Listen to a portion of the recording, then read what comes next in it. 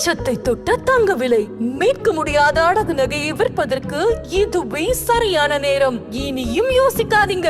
உங்க தங்க நகைய அதிக விலைக்கு விற்க சிறந்த வழி பிரைம் கோல்ட் ஹப் 9840551787. ஆஹா, no compromise. உங்க சைடுலயும் எங்க சைடுலயும். It's a GT promise. GT Holidays, South India's #1 travel brand. Thiruparankundram மலையில் அந்த விளக்கு தூண்ல விளக்கு ஏத்தணும் கார்த்திகை தீபம் அன்றைக்கு அப்படின்றது நீதிமன்றம் தீர்ப்பு கொடுத்திருக்குது. யார் மேல தப்பு, என்ன நடந்துட்டு இருக்குதாங்க? கடவுள் மறுப்பாளர்களுக்கு அது எல்லைக்கல். எங்களை போன்ற கடவுளை விரும்புபவர்களுக்கு, நேசிப்பவர்களுக்கு, துதிப்பவர்களுக்கு அது இறை. அப்படி இருக்கும்போது நீங்க யார் முடிவு பண்றதுக்கு அது எல்லைக்கல்லா தூபகல்லா? அது தீபத்தூண்.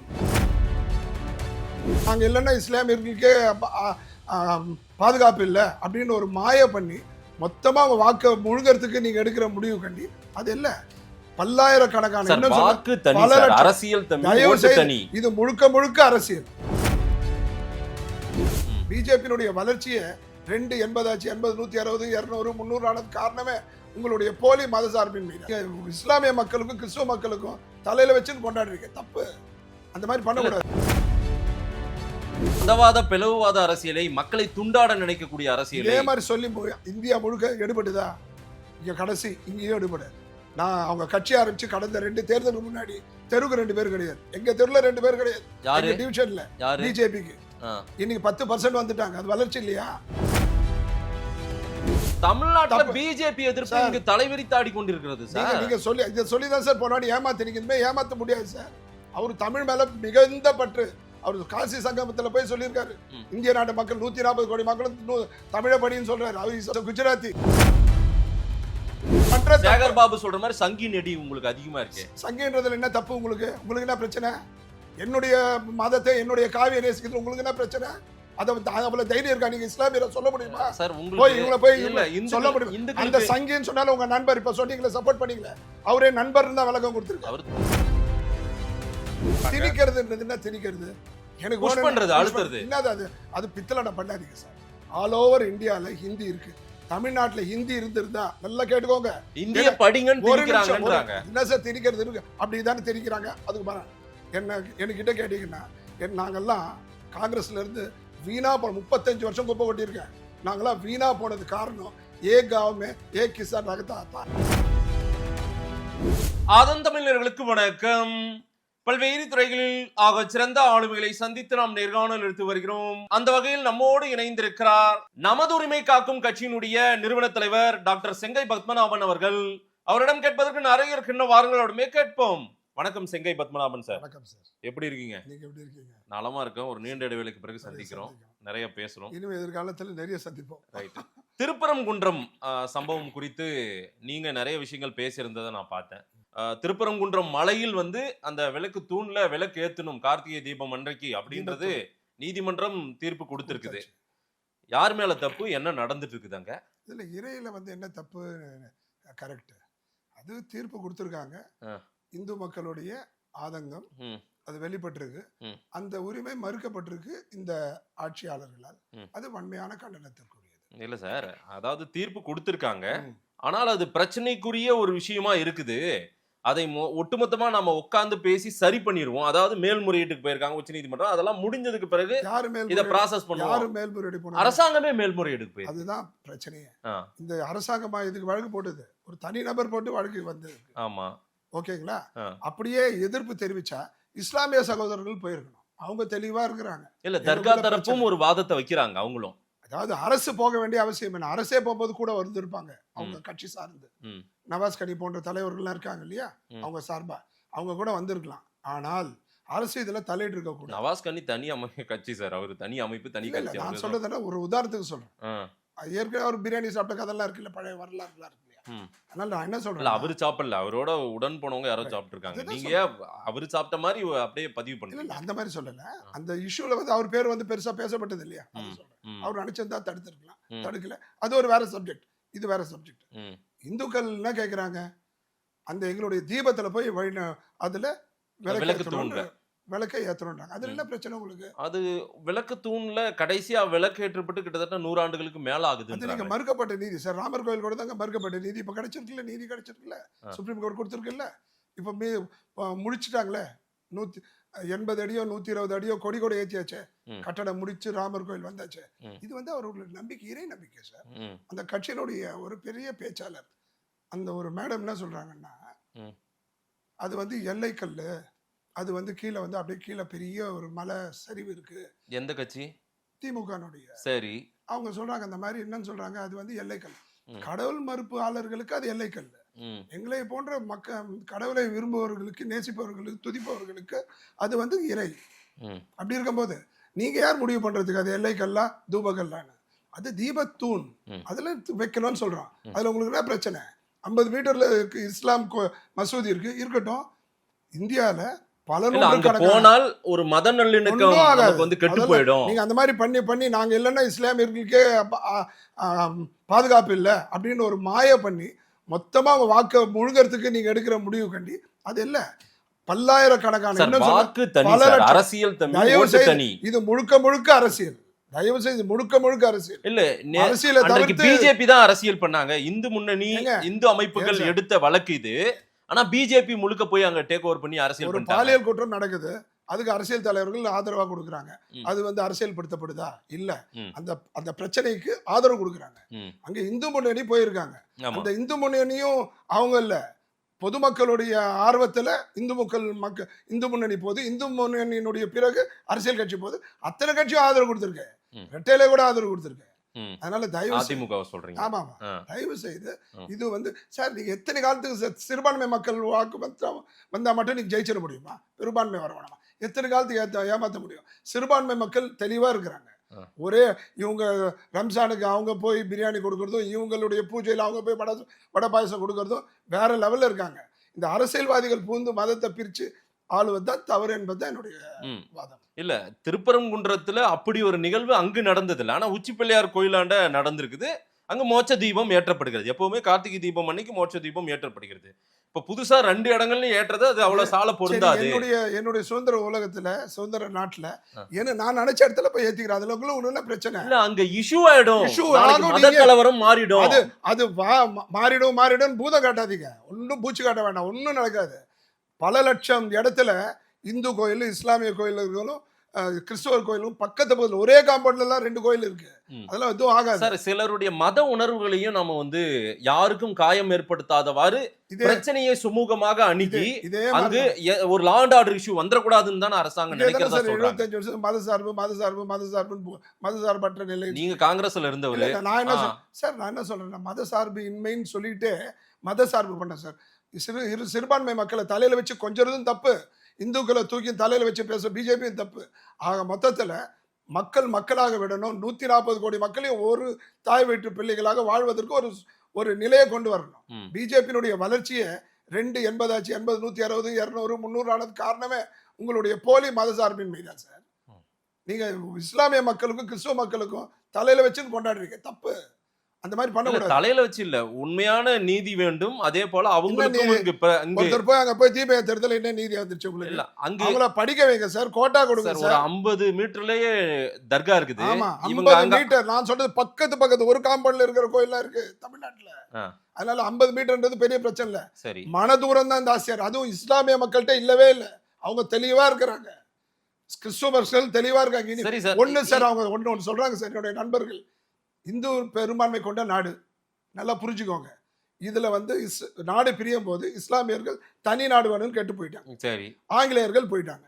அப்ப போகும்போது இஸ்லாமியர்களை பார்த்து அவங்க என்ன கேட்டாங்க, இங்க இருக்க போறீங்களா அங்க போறீங்களான்னு கேட்டாங்க. அங்க வரீங்களா? நான் இங்கதான் இருக்க போறேன் அப்படின்னு சொல்லி தமிழ்நாட்டுல இருக்கிற தமிழ் முஸ்லீம், தெலுங்குல தெலுங்கு முஸ்லீம், மன்னாட முஸ்லீம், கன்னட முஸ்லீம், ராஜஸ்தான் முஸ்லீம், சிங்க முஸ்லீம்னு அப்படியே செட்டில் ஆயிட்டாங்க. சரி, அப்படி இருக்கும்போது நீங்க இவங்களை என்னவா பாக்குறீங்க? இந்தியனா தானே பாக்குறீங்க, இந்துவா தானே பாக்குறீங்க? இல்ல, முஸ்லீம். அவங்க முஸ்லீம் இந்தியர்களை தான் நம்ம பாக்குறோம். அந்த பிஜேபி அப்படி பார்க்கலன்றாங்க. நீங்க அந்த மாதிரி சொல்லிட்டே இருக்கீங்க சார். அவங்களுடைய வெற்றி பார்த்துட்டு நேத்து பாத்தீங்கல்ல, கடந்த வாரத்துல பீகார் தேர்தல் பாத்தீங்கல்ல, நீங்க மாநில உரிமை அதிகம். ஐயா முதலமைச்சர் கேக்குறாரு மதுரையில வளர்ச்சி அரசியல் தான் நமக்கு வேணும், அதை விட்டு நீங்க டேஷ் ஒரு அரசியல் இந்த அரசியலை கொண்டு வர பாக்குறீங்களா? உங்களுடைய வளர்ச்சி அரசியலை பத்தி சந்திச்சு இருக்குது சார். ஒரு அப்ளிகேஷன் சீரா பண்ணி போடாம மதுரையில வர வேண்டிய மெட்ரோ போயிடுச்சு. இல்ல அதுதான் கேக்குறாரு, மதுரைக்கு மெட்ரோ தேவையா? நீங்க வந்து தீபத்துல தூண்ல தீபம் ஏத்தணும்னு சொல்லி உட்கார்ந்து அரசியல் ஒரு கேஸ் கனெக்ஷன் வேணும், உங்களுக்கு ஒரு சிம் கார்டு வேணும், உங்க பேரு பதில் என் பேரை போட்டா உங்களுக்கு சிம் கார்டு வருமா? வராது. தயவு செஞ்சு அப்ளிகேஷனை பூர்த்தி பண்ணி கொடுங்க, சீரா பூர்த்தி பண்ணி கொடுங்க. 18 அடி தெருவு பில்டிங், பல பில்டிங்கு, அப்புறம் போய் பஸ்ல போய் சேர்ற நேரத்தை விட ட்ரெயின்ல போனா அதிக நேரம், இவ்வளவு குளறுபடி இருக்கு. அவங்க கூட என்ன சொல்லிருக்காங்க, திட்டத்தை சீரா கொடுங்க. கொடுத்தீங்கன்னா திட்டமே கேன்சல்ன்ட்டாங்க. மதுரைக்கு தேவையான பாப்புலேஷன் இல்ல மதுரை திருச்சின்றாங்க. நீங்க பாலிடிக்ஸ் பண்றீங்க, அவங்க மாநில உரிமையை ரொம்ப மதிக்கிறவங்க. யாரு பிஜேபி.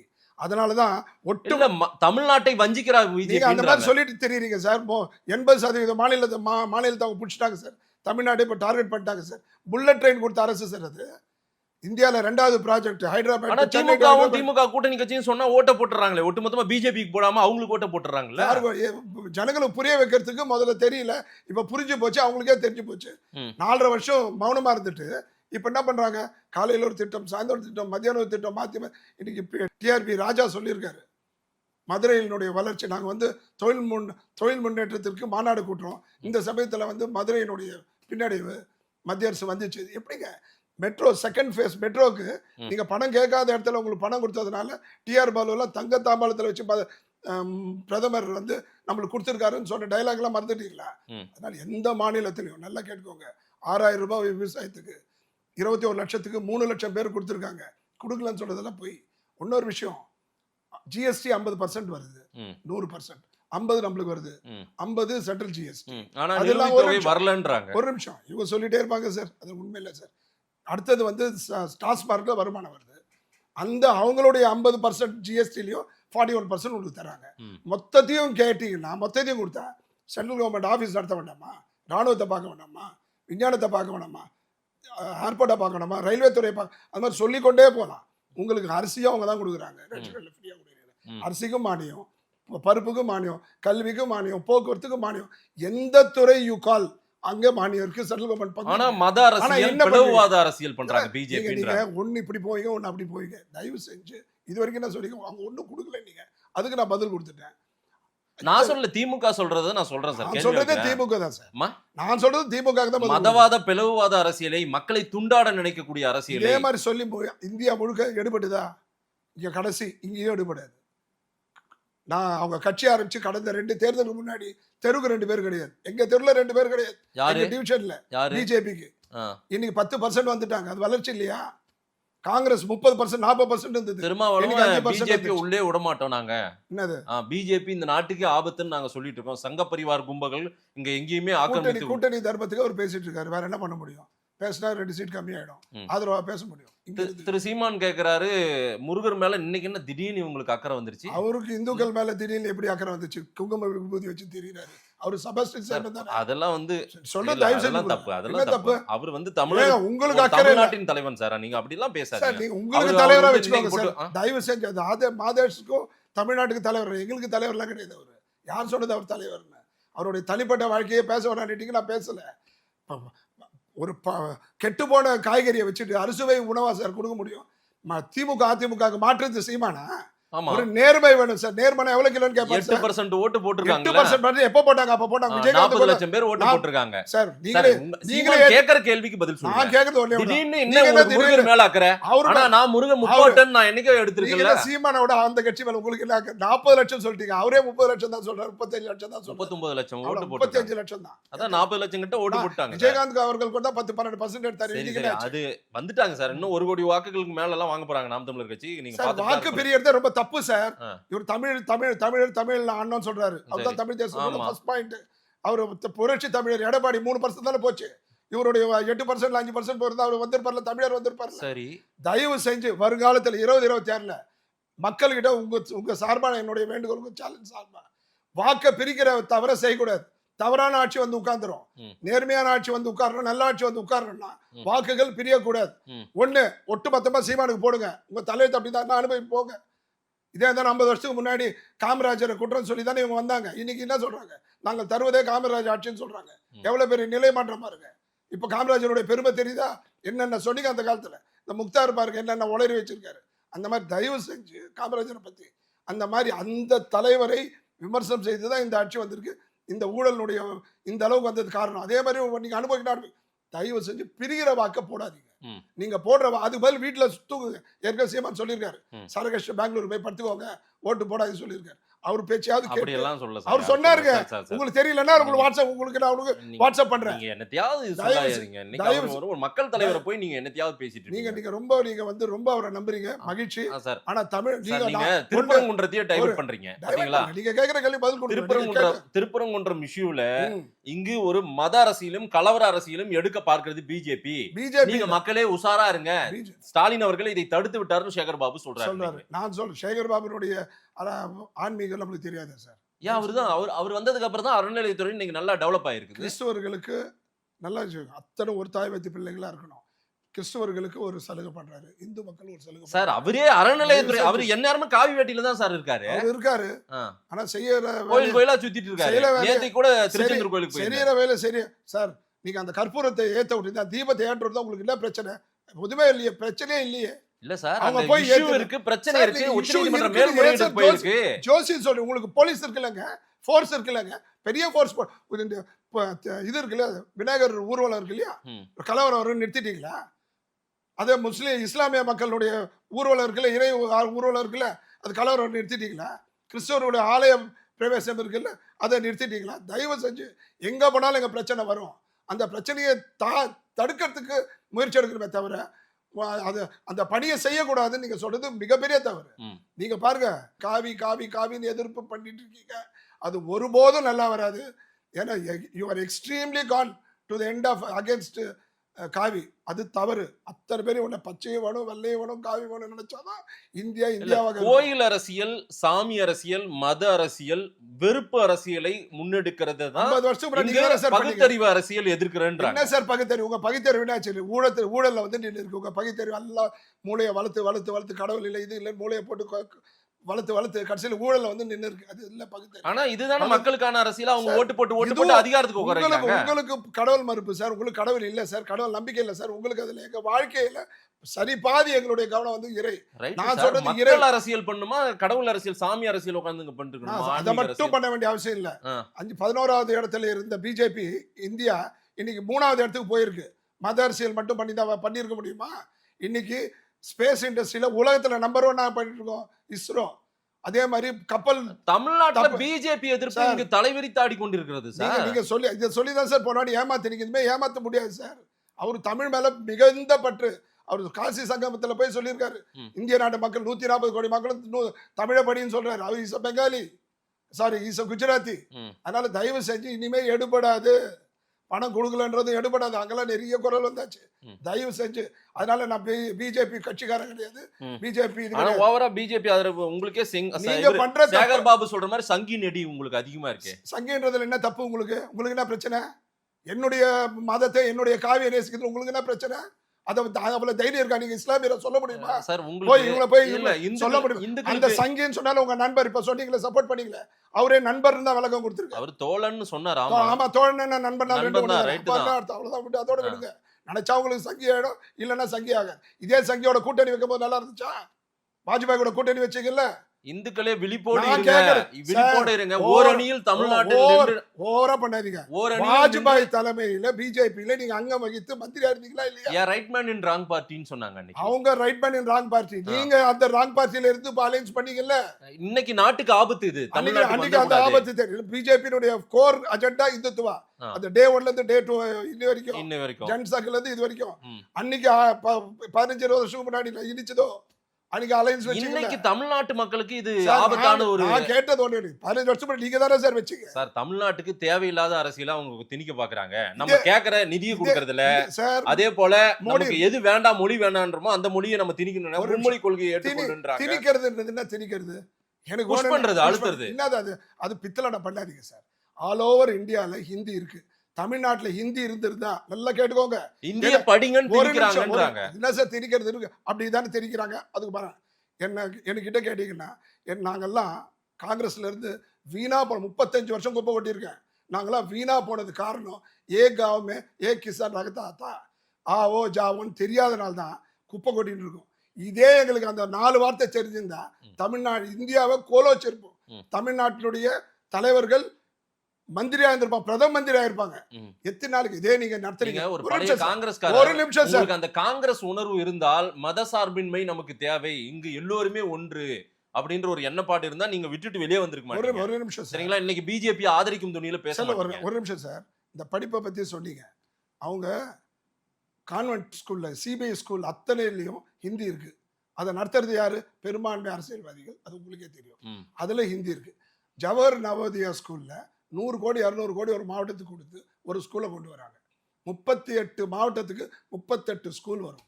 அதுல 38 ஸ்கூல் எத்தனை பேர் படிக்க போறான்? 3000 பேர் 4000 பேர் படிக்க போறான். அவனுக்கு நீங்க சொல்றீங்கல்ல, இந்தியை நாங்கள் திணிக்கவில்லை, நாங்கள் அனுமதிக்கிறோம், ஆனால் திணிக்கவில்லை. அந்த ஸ்கூல்ல இருக்கிற சீட்ல எவன் ஆசை இருக்கோ அவன் போய் ஹிந்தி படிச்சுக்கிட்டோம், இல்லைன்னா காலி வேக்கண்டா இருக்கட்டும். அதனுடைய நஷ்டம் சென்ட்ரல் கவர்மெண்ட் எடுத்துக்க போகுது. ஏங்க இப்ப மறைமுக ஒரு திணிப்பு வர்றதான் எதிர்க்கிறோம்ன்றாங்க. இந்த திணிப்பு சொல்லி தானே சார் 50 வருஷம் ஏமாத்தி ஆட்சி பண்ணிட்டீங்க. இனிமே எடுபடாது. மக்கள் எல்லாம் தெளிவா இருக்காங்க. நான் படிக்கிறத நான் முடிவு பண்றேன், நீ யார் முடிவு பண்றது? எனக்கு சிலபஸ் இல்லைங்க. நான் சொல்றேன், நம்ம இந்த அறையில ஒரு 10 பேர் இருக்கும். 10 பேர் நம்பர் எழுதி கொடுக்கணும், பேர் எழுதி தர சொல்றோம். ஒரு பேப்பர்ல எழுதி தரும்போது அதுல வந்து செங்கை பத்மநாபன் மேல எழுதுறாங்க, மாதேஷ் ரெக்கில எழுதுறாங்க, யாரும் ஒருத்தர் மேல போட்டுவாங்க. அதனால பெரிய பருப்பா ஒன்றும் கிடையாது.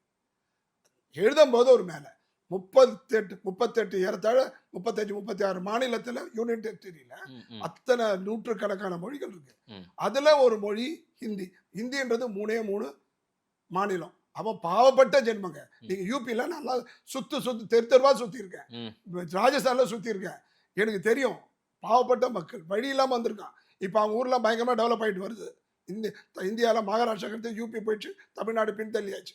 அங்க போகும்போது இனிமே இங்க ஆள் கிடைக்கிறது கஷ்டம். நான் என்ன சொல்றேன்னா, இல்ல சார், ஒரு மொழியை சார்ந்து இல்ல, மொழிக்காக உயிரை விட்ட தேசம் சார் இது. அப்படி வந்து ஒரு மொழியை வேண்டான்னு எல்லாம் சொல்லல, வேண்டான்னு சொல்ல சார். அதை வச்சு தலையில வச்சு ஆடாதீங்கன்னு சொல்றேன். ஏன் சொல்றேன், அவன் மொழி அவனுக்கு மகாராஷ்டிரா ஆரம்பிச்சு. அதுதான் எங்க மொழியை நாங்க வந்து நாங்க காப்பாத்தணும், எங்க மொழி தான் எங்களுக்கு தலை சிறந்ததுன்னு நம்ம சொல்றோம். என்னுடைய தாய் நல்லவ அப்படின்னு சொல்லி தப்பு இல்ல.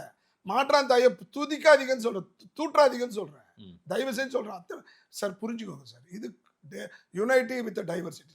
இந்தியா கூட்டு ஒற்றுமையில் வேற்றுமை, வேற்றுமையில் ஒற்றுமை. ஆனா இன்னைக்கு மோடி கவர்மெண்ட் இன்னைக்கு ஒரே நாடு எல்லாத்தையும் ஒண்ணுன்னு கொண்டு வரணும்னு நினைக்கிறாங்க. என்ன தப்பு இருக்கு?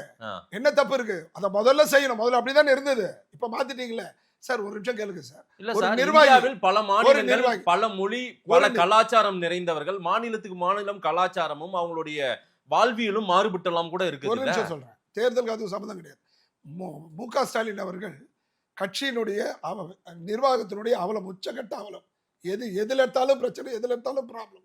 ஆனா அவர் என்ன பண்ணிட்டு இருக்காரு, இப்போ தேர்தல் வேட்பாளரை தேர்வு செய்கிறார். ஏன் அவருடைய கவனம் சென்றது நிர்வாகத்திலிருந்து ஆட்சிக்கு? ஏன்னா தேர்தல்னால. இந்த மாதிரி ஒரு பிரதமர் என்பது அடிப்படையில் ஒரு கட்சியினுடைய தலைவர், ஒரு கட்சியினுடைய நபர். அவருக்கு நீங்க 38 மாநில மாவட்ட யூனியன் டெரிட்டரியில எப்போ எங்க பார்த்தாலும் எலெக்ஷன்ல நடந்துட்டு இருந்தா அவங்க நிர்வாகம் பார்ப்பாங்களா, தேர்தலை பார்ப்பாங்களா? தயவு செய்து ஒரே தேர்தலா இருக்கும். ஒரே தேர்தல் தான் சார் இருந்தது. அதிபர் முறை மாறிடும். முதல் 20 வருஷம் 30 வருஷம் இந்தியா வந்து அதிபரா இருந்ததா? நேரு இருந்தபோது, இந்திரா காந்தி இருக்கும்போது, அதுக்கு முன்னாடி இருந்தபோதெல்லாம் அதிபரா. ஒற்றை ஆட்சி, ஒற்றை மோடி, ஒற்றை அமித்ஷாவுக்காக இதை கொண்டு வர பார்க்கறாங்க. ஒற்றை தேர்தல் தான் சார் நேரு காலத்துல இருந்தது. அப்பெல்லாம் ஒரு தேர்தல் தான், ஒரு நாடு முழுக்க ஒரு தேர்தல் தான். அதுக்கப்புறம் இந்த ஆட்சி கலைப்பு எல்லாம் வந்து கன்ஃபியூஷன் சார். இப்போ இடையில ஒரு எம்எல்ஏவோ எம்பியோ ஏதோ ஒன்னு இன்கேஸ் இட் ஹேப்பன், ஏதோ ஒன்னு நடந்தது அப்படின்னா தேர்தல் நடத்தானே ஆகணும். அதுக்குன்னு நம்ம வந்து ஒரே தேர்தலா நடத்துறதுனால நம்ம நடத்தாமையா இருக்க முடியும்? அது வந்து பெரிய ப்ராசஸ். ஒரு சின்ன ஒரு விஷயத்தை வச்சு ஒரு பெருசா நம்ம மறைக்கிறோம். ஒரு அந்த சிக்கல் வரும். இல்ல 1 கிலோ வெங்காயம் வாங்கினீங்கன்னா அந்த வெங்காயத்துல ஒரு 1/4 கிலோ வீணா போயிடும். ஐயோ வீணா போயிடுதுன்னு ஒப்பாரி வச்சிருந்தோம்னா சாப்பாடுக்கு ஆணின சேர்க்க முடியாது. ஒரு பிரச்சனை வந்து, ஒரு திட்டம் வந்தா அதுல பிரச்சனைகள் இருக்கும். அந்த பிரச்சனை வரும். அந்த பிரச்சனையை கடந்து அதை கலைஞ்சு அதுக்கு தீர்வு பார்த்துட்டு போன கண்டு அதுக்கோசம் தயவு செஞ்சு என்றைக்கு ஒரு தேர்தல், ஒரு நாடு, ஒரு தேர்தல் வருதோ அன்னைக்கு தான் இந்த தலைவர்களுடைய நிர்வாகம் முழுமையா அந்த 5 ஆண்டு காலம் இருக்கும். மற்றதெல்லாம் there is a solution if there is a bite. நான் விருப்பப்பட்டா அதுல சொல்யூஷன் இருக்கும். அதை பத்தி கவலை பண்ண வேண்டாம். திருப்பரங்குன்றத்துல உண்மையிலேயே அரசியல் செய்யறது யாரு? முருகரை வச்சு ஆளுங்கட்சி தான். திமுக அலோ பண்ணிதாங்கன்னா பிரச்சனை. பிஜேபி இல்லையா சார்? எனக்கு பிரச்சனை வந்துருச்சு சார். ஒரு பெண் கற்பழிக்கப்பட்டா சார், ஆதகம் ஏன் தடுக்கிறீங்க எல்லாரையும்? நீங்க ஏன் அப்ப சப்போர்ட் பண்ணாதீங்க, அந்த பொண்ணு அப்படியே அழிட்டு ஏன் சொல்றீங்க? இது இந்து மக்களுடைய பெரும்பான்மை மக்களுடைய, நல்லா புரிஞ்சுக்கோங்க, இது வந்து இந்து நாடு இல்ல, ஆனா பெரும்பான்மை இந்துக்கள் கொண்ட நாடு. இதுல இஸ்லாமிய சகோதரி சிறுபான்மை மக்கள் என்கிட்ட கேட்குறாங்க சார், நாங்க 20 அவங்க 80, அவங்க கிட்ட பிரச்சனை பண்ண முடியுமா? பாகிஸ்தான்ல இந்து பண்ண முடியுமா? கிறிஸ்டியன் நாட்டில், அண்டை நாட்டில் இந்துக்கள் போய் என்ன பண்ண முடியுமா? பண்ண முடியும், எங்களுக்கு தெரியும். எங்களுக்கு நேசம் தான் முக்கியம், சகோதரத்துவம் தான் முக்கியம்னு சொல்றாங்க.